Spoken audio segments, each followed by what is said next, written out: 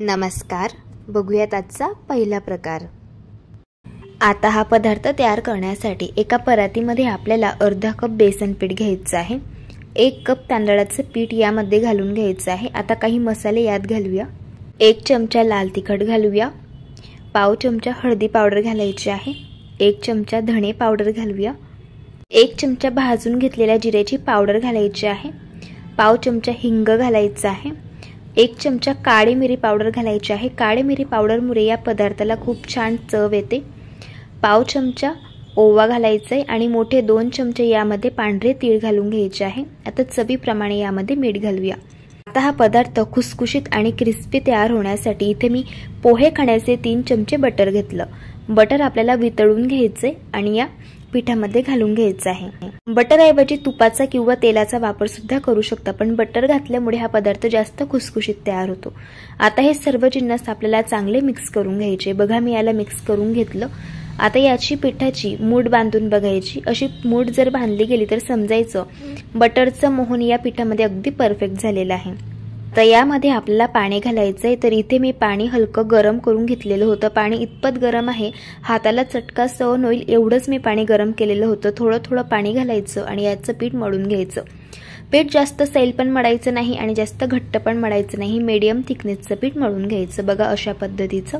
इथे आज आपल्याला बेसन पिठाची चकली बनवायची आहे। तर पिठामधील अर्धा पोर्शन पिठाचा घ्यायचा, याला हाताने छान मळून घ्यायचं। असे याला मळून घेतल्यामुळे पिठातला चिकटपणा येतो आणि चकली साच्यामधून गाळताना अजिबात तुटत नाही। आता मी याला मळून घेतलं। याचा आपल्याला अशा पद्धतीचा रोल तयार करून घ्यायचा आहे। आता चकली तयार करण्यासाठी इथे मी साचा घेतलेला आहे। याला स्टार शेपची थाळीही लावून घेतलेली आहे।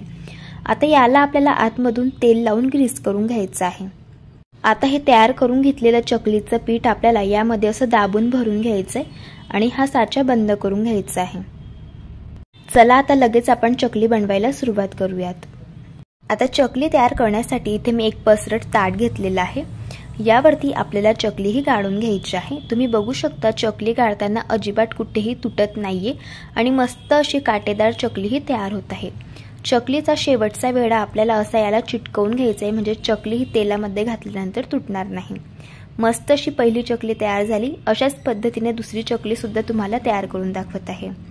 बघा अगदी परफेक्ट अशा गोलाकार दोघी चकल्या तयार झाल्या। ह्या चकल्या आपल्याला 2 किंवा 3च तयार करून घ्यायच्या आहे, जास्त चकल्या बनवून ठेवायच्या नाही। 2 किंवा 3 चकल्या बनवल्या की लगेच आपल्याला यांना फ्राय करायला घ्यायचं आहे। त्यासाठी इथे मी तेल हे मीडियम टेम्परेचरवरती गरम करून घेतलेलं आहे।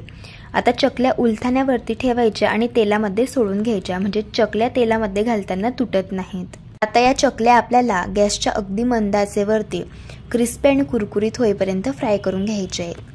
चकली अशी तेलामध्ये घातल्यानंतर यावरती भरपूर सारे बबल्स दिसतात। यावरचे बबल्स कमी झाल्यावरती आपल्याला चकली ही उलटून घ्यायची। बघा चकलीवरचे बबल्स कमी झाले। आता चकली उलटून घ्यायची आणि दुसऱ्या साईडने देखील हिला फ्राय करून घ्यायचं। इथे मी या चकल्या दोघी साईडने फ्राय करून घेतल्या। चकलीशी फ्राय झाल्यानंतर तळाला जाऊन बसते आणि या चकलीवरचे बबल्स सुद्धा कमी होतात। हे बघा अशा पद्धतीने यावरनं समजायचं चकल्या फ्राय झालेल्या आहे। आता आपण यांना काढून घेऊया।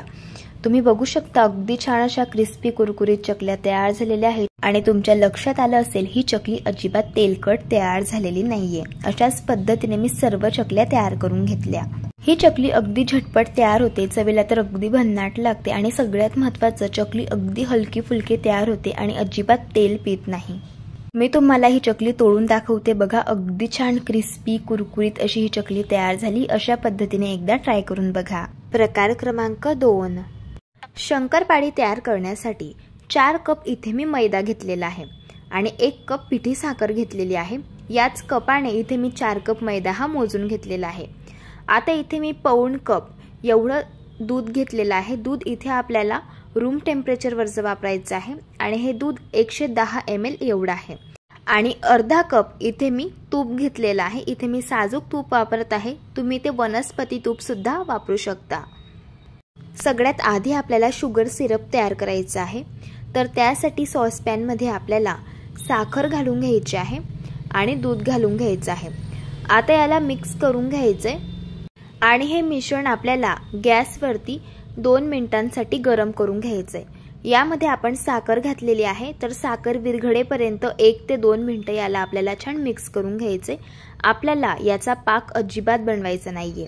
आता बघू शकता यामध्ये तुम्ही साखर पूर्ण विरघळलेली आहे। गॅस बंद करायचा आणि हे मिश्रण आपल्याला थंड होण्यासाठी एका साईडला ठेवून द्यायचं आहे। आता आपल्याला मैदा हा चाळून घ्यायचा आहे, तर त्यासाठी इथे मी चाळण घेतलेली आहे।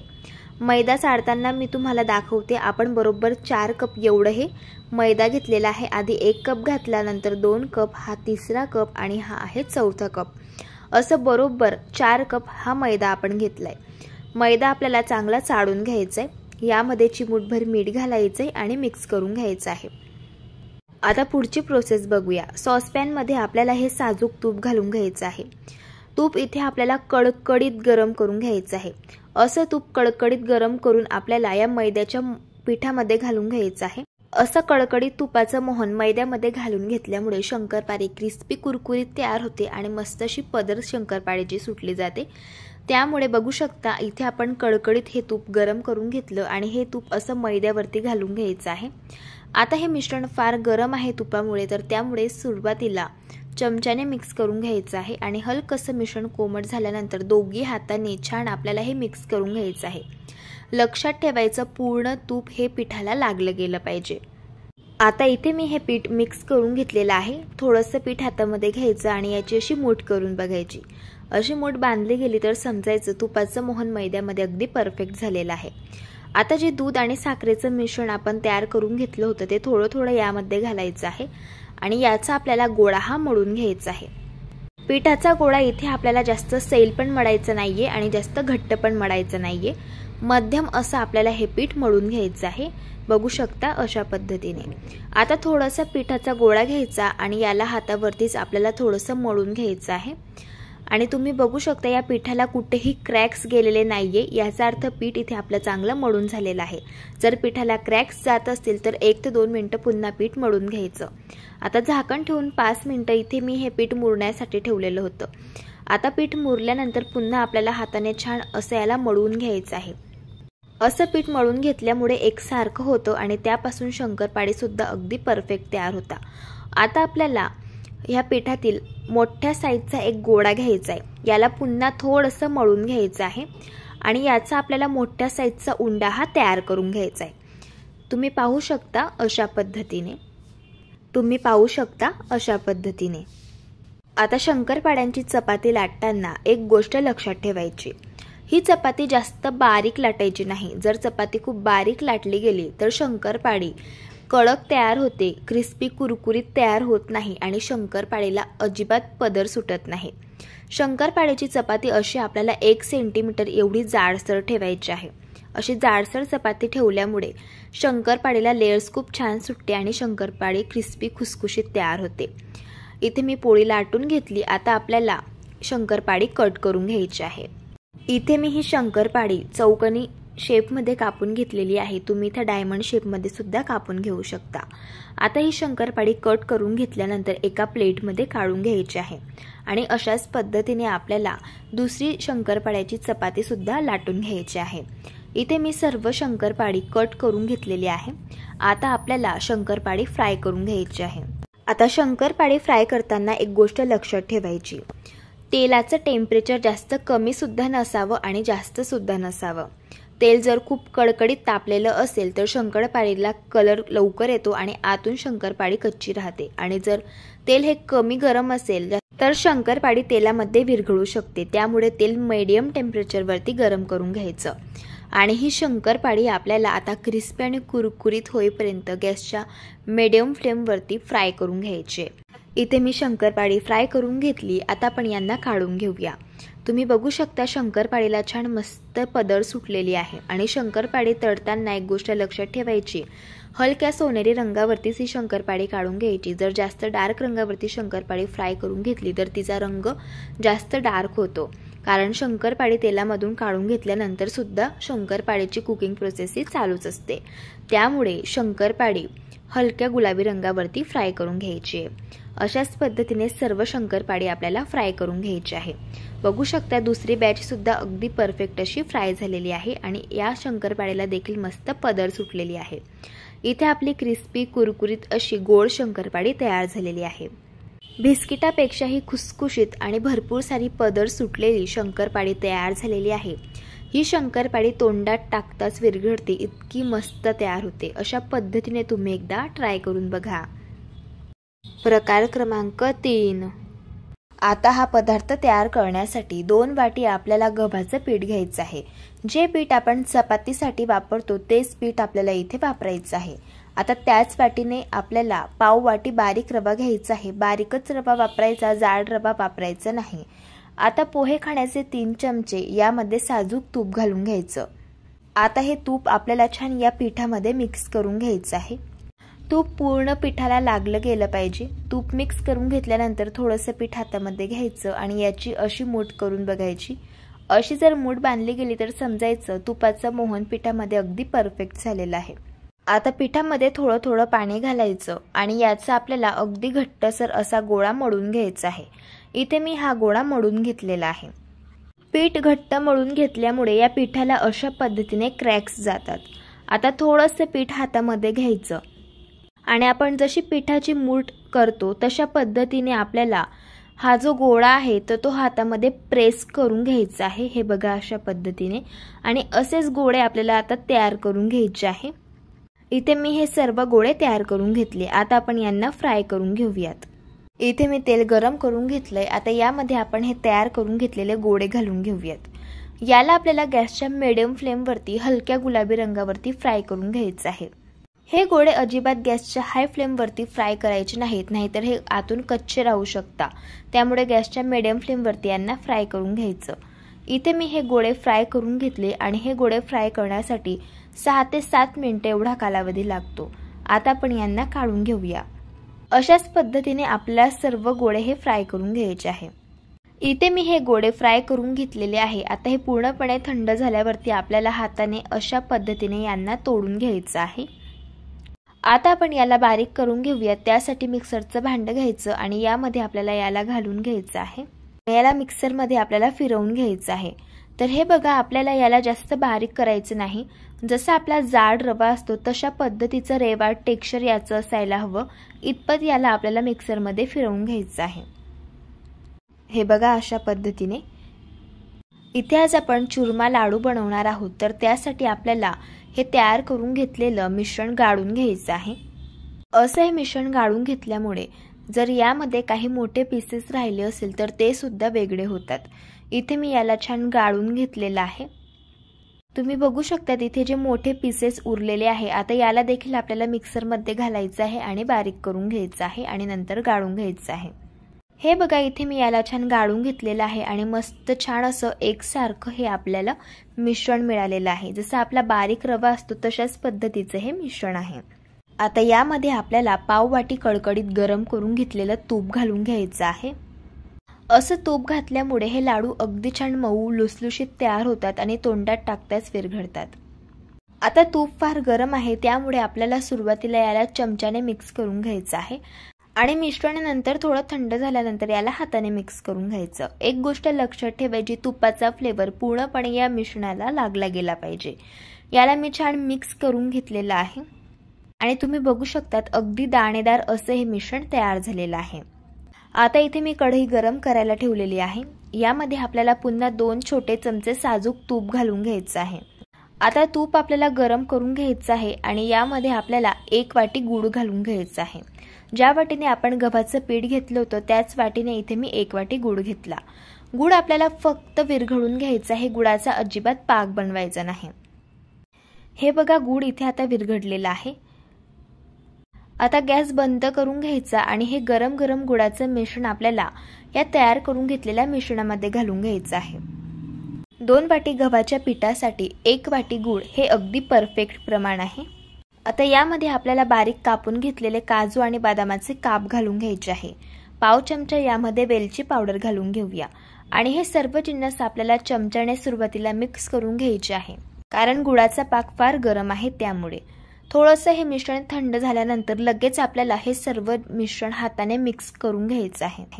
हे बघा अशा पद्धतीने, आणि लगेच याचे लाडू वळायला घ्यायचे आहे। ज्या साईजचा लाडू बनवायचा असेल तेवढं मिश्रण हातामध्ये घ्यायचं आणि त्याचा आपल्याला अशा पद्धतीने गोलाकार लाडू बनवून घ्यायचा आहे। इथे मी हा लाडू तयार करून घेतलेला आहे आणि तुम्ही बघू शकता छान असा गोलाकार हा चुरमा लाडू तयार झालेला आहे। दिसायला एवढा सुंदर दिसतो, त्यापेक्षा चवीला अगदी छान लागतो।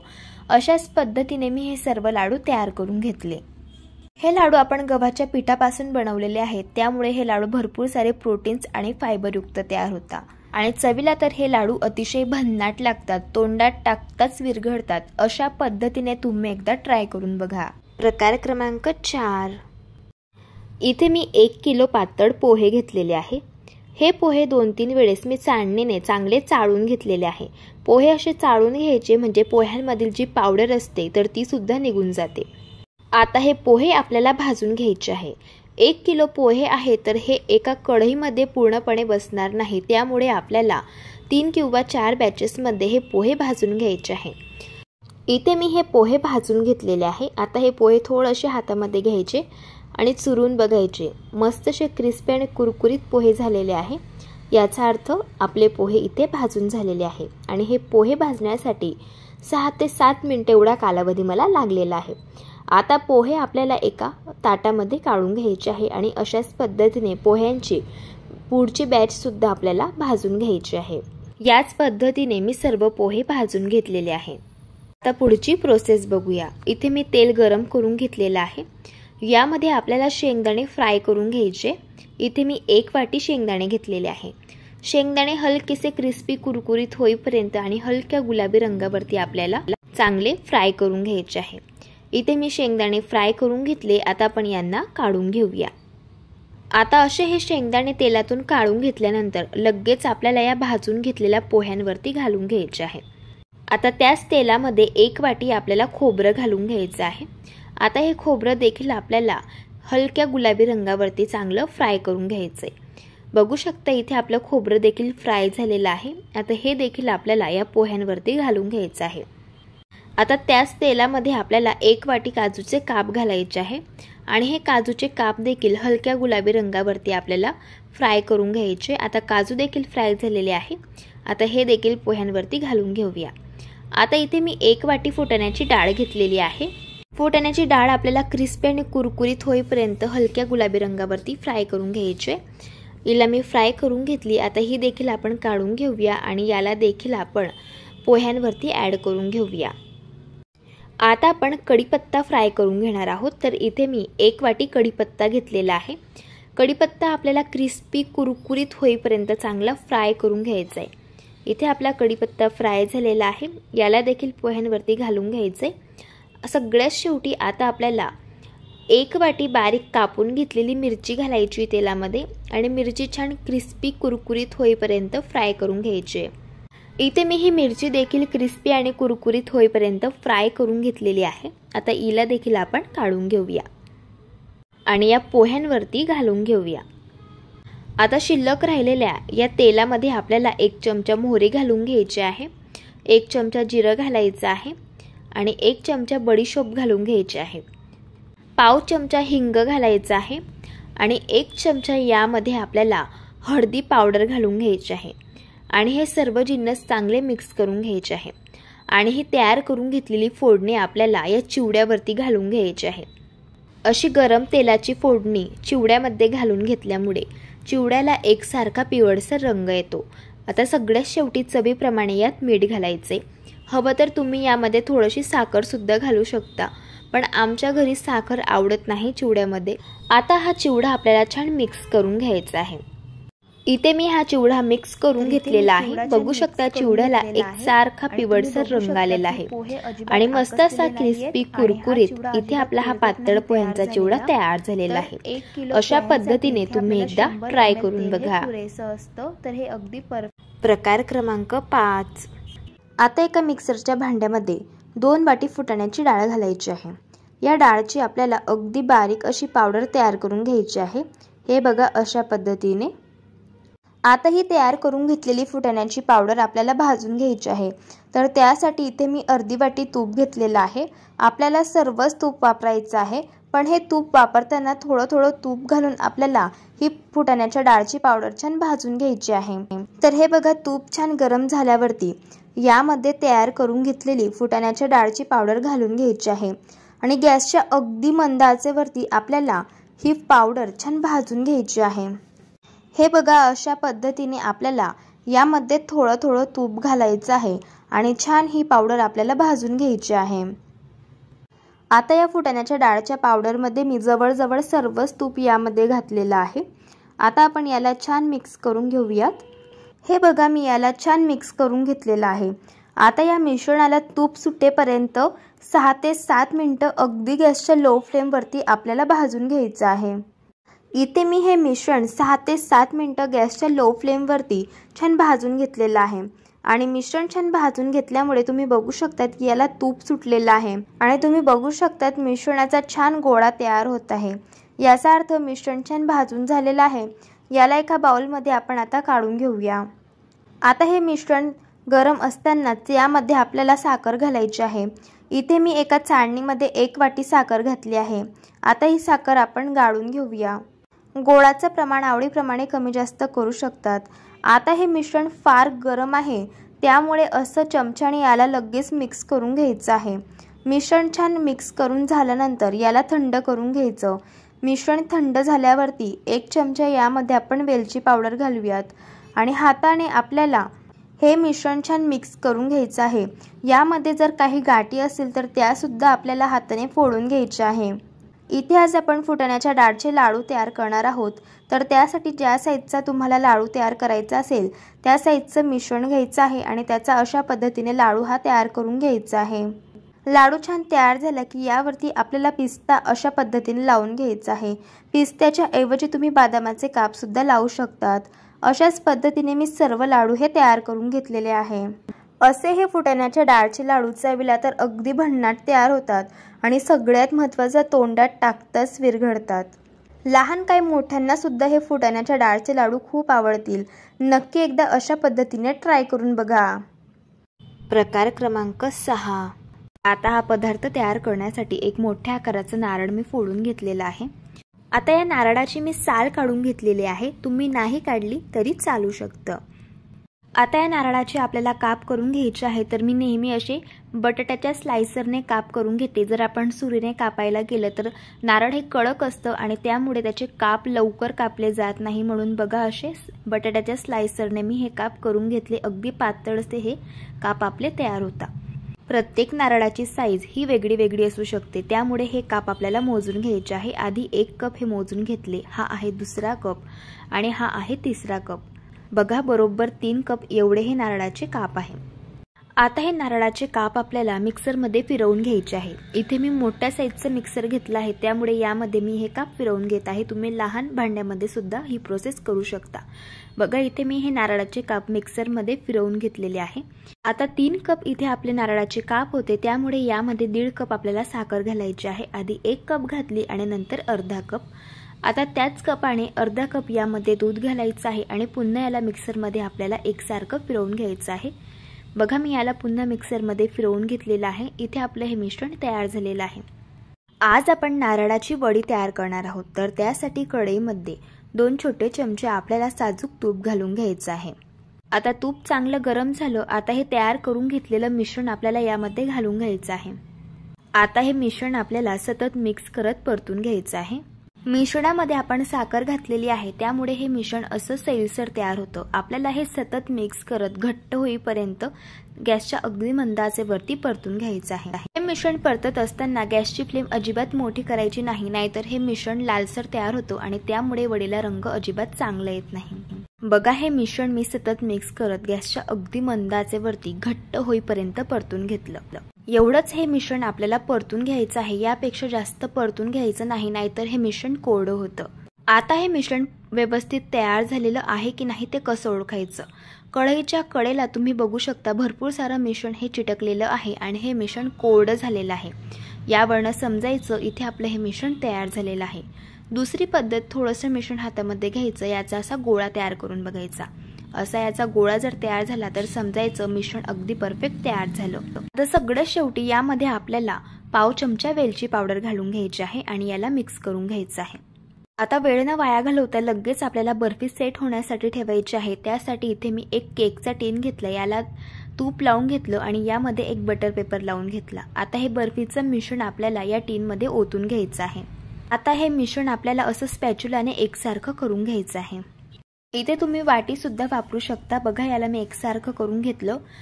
आता यावरती आपल्याला थोडेसे पिस्त्याचे काप घालून घ्यायचे आहे। ड्रायफ्रुट्स तुम्ही आवडीप्रमाणे यावरती कोणतेही घालू शकता। आता असे पिस्ते यावरती घालून घेतल्यानंतर पुन्हा याला स्पॅच्युलाने असं प्रेस करून घ्यायचं आहे, म्हणजे हे पिस्ते छान या बर्फीला चिटकून बसतील। आता ही बर्फी आपल्याला 1 तास रूम टेम्परेचरवरती सेट होण्यासाठी ठेवायची आहे। पण या 1 तासातील सुरुवातीच्या 15 मिनिटांनंतर आपल्याला या बर्फीचे काप करून घ्यायचे आहे। बघा इथे 15 मिनिट झालेले आहे आणि ही बर्फी थोडीशी थंड झालेली आहे, पूर्णपणे सेट झालेली नाहीये। तेव्हाच आपल्याला अशा पद्धतीने या बर्फीचे काप करून घ्यायचे आहे। जर ही बर्फी पूर्ण सेट झाली तर इचे व्यवस्थित काप पडत नाहीत, त्यामुळे अशी थोडीशी थंड झाल्यानंतर आपल्याला हिला कट करून घ्यायचे। बघा अशा पद्धतीने। बघा बर्फीचे काप मी करून घेतले। आता ही बर्फी आपल्याला पूर्णपणे सेट होण्यासाठी ठेवून द्यायची आहे। इथे मी बरोबर 1 तास ही बर्फी सेट होण्यासाठी ठेवलेली होती। आता बघा आपली बर्फी छान सेट झालेली आहे। यामध्ये आपण बटर पेपर लावलेला आहे, त्यामुळे अगदी छान अशी बर्फी ही डिमोल्ड झालेली आहे। बघा बर्फी दिसायला अगदी मस्त दिसत आहे आणि जेवढी ही बर्फी दिसायला छान दिसते तेवढी चवीला ही अगदी भन्नाट लागते आणि अगदी झटपट तयार होते।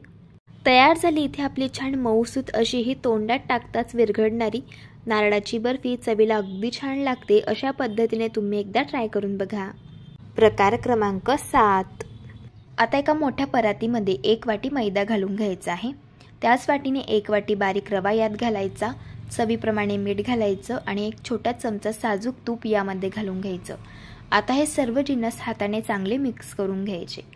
आता थोडं थोडं यामध्ये आपल्याला पाणी घालायचं आहे आणि याचा आपल्याला गोळा हा मळून घ्यायचा आहे। हा गोळा जास्त घट्ट पण मळायचा नाही आणि जास्त सैल पण मळायचा नाही। जसं आपण पुऱ्यांसाठी पीठ मळून घेतो तशाच पद्धतीचं हे पीठ आपल्याला मळून घ्यायचं आहे। बघा इथे मी पीठ हे मळून घेतलेलं आहे। आता हे पीठ आपल्याला 5 मिनिटांसाठी मुरण्यासाठी ठेवायचं आहे। तोपर्यंत पुढची प्रोसेस बघूया। कढईमध्ये 1 छोटा चमचा साजूक तूप घालून घ्यायचं। तूप गरम झालं। आता यामध्ये काजू आणि बदामाचे काप घालून घ्यायचे। 1 चमचा यामध्ये खसखस घालून घ्यायची आहे। आता ही खसखस आणि काजू बदामाचे काप 1 ते 2 सेकंद छान या तुपावरती परतून घ्यायचे आहे। याला मी परतून घेतलं। आता यामध्ये आपल्याला ओल्या नारळाचा किस घालून घ्यायचा आहे। इथे मी 2 वाटी ओल्या नारळाचा किस घेतलेला आहे। आता 2 वाटी नारळाच्या किससाठी आपल्याला अर्धी वाटी यामध्ये गूळ घालून घ्यायचा आहे। यामध्ये आपण गूळ घातलेला आहे। गूळ जसा जसा विरघळतो तसं तसं याला पाणी सुटतं, त्यामुळे आपल्याला गॅसच्या अगदी मंद आचेवरती 4 ते 5 मिनिटं हे मिश्रण कोरडं होईपर्यंत चांगलं परतून घ्यायचं आहे। बघा हे मिश्रण मी पूर्णपणे कोरडं होईपर्यंत चांगलं परतून घेतलं। आता यामध्ये सगळ्यात शेवटी पाव चमचा वेलची पावडर घालून याला मिक्स करून घ्यायचं। तयार झालं इथे आपलं हे खोबऱ्याचं मिश्रण। याला एका ताटामध्ये आता थंड होण्यासाठी काढून घेऊया। इथे आपलं हे मिश्रण तयार होत होतं तोपर्यंत इथे आपलं हे पीठ सुद्धा चांगलं मुरलं गेलेलं आहे। याला पुन्हा हाताने चांगलं मळून घ्यायचं आहे। इथे आज आपण करंजी तयार करणार आहोत, तर त्यासाठी इथे आपलं हे पीठ तयार झालं। आता करंजी बनवण्यासाठी थोडंसं पीठ हातामध्ये घ्यायचं आणि याचा आपल्याला गोळा तयार करून घ्यायचा आहे। अशाच पद्धतीने मी सर्व गोळे हे तयार करून घेतले। करंजी बनवण्यासाठी सुरुवातीला पुरी आपल्याला लाटून घ्यायची आहे। आता ही पुरी पीठ न लावता आपल्याला लाटून घ्यायचे आहे।